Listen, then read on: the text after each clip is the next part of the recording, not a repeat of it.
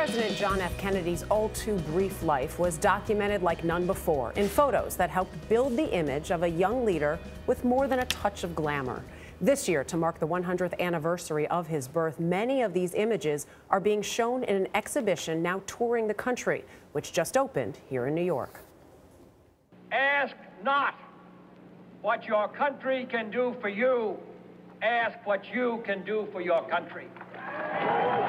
John F. Kennedy's 1961 inauguration address remains one of the most memorable moments in American history. Shortly before those historic remarks, Kennedy and his wife Jackie were all smiles as they made their way from the snowy White House to the Capitol.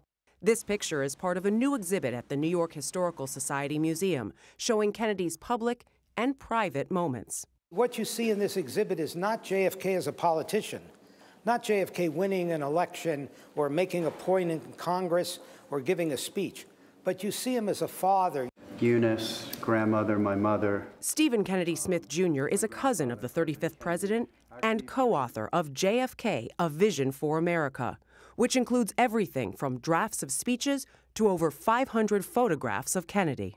We went through 34,000 photos from America's greatest documentary photographers and put them together into the book and the exhibits. Some of the photographs reveal the weight of Kennedy's public life, like this one of a pained president hunched over the Oval Office desk, while others show quieter moments, like this 1958 photo showing Kennedy beside his infant daughter Caroline, or this snapshot from the 1960 presidential campaign, showing a group of young admirers looking on as Kennedy worked on a speech.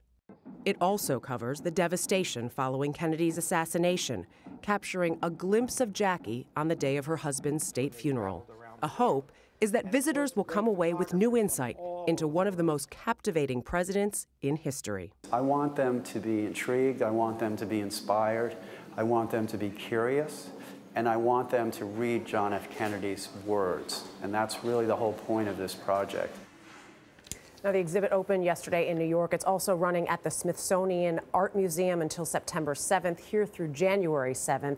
And if people want to learn more about it, we have on our CBS This Morning Instagram page sort of taking you through the life of JFK. Some amazing pictures, though, that I had not seen before. Yeah, it's interesting. I think he was the first president who was really photographed as intensely as this. It's just incredible documents. You feel like you were there and living some of those moments.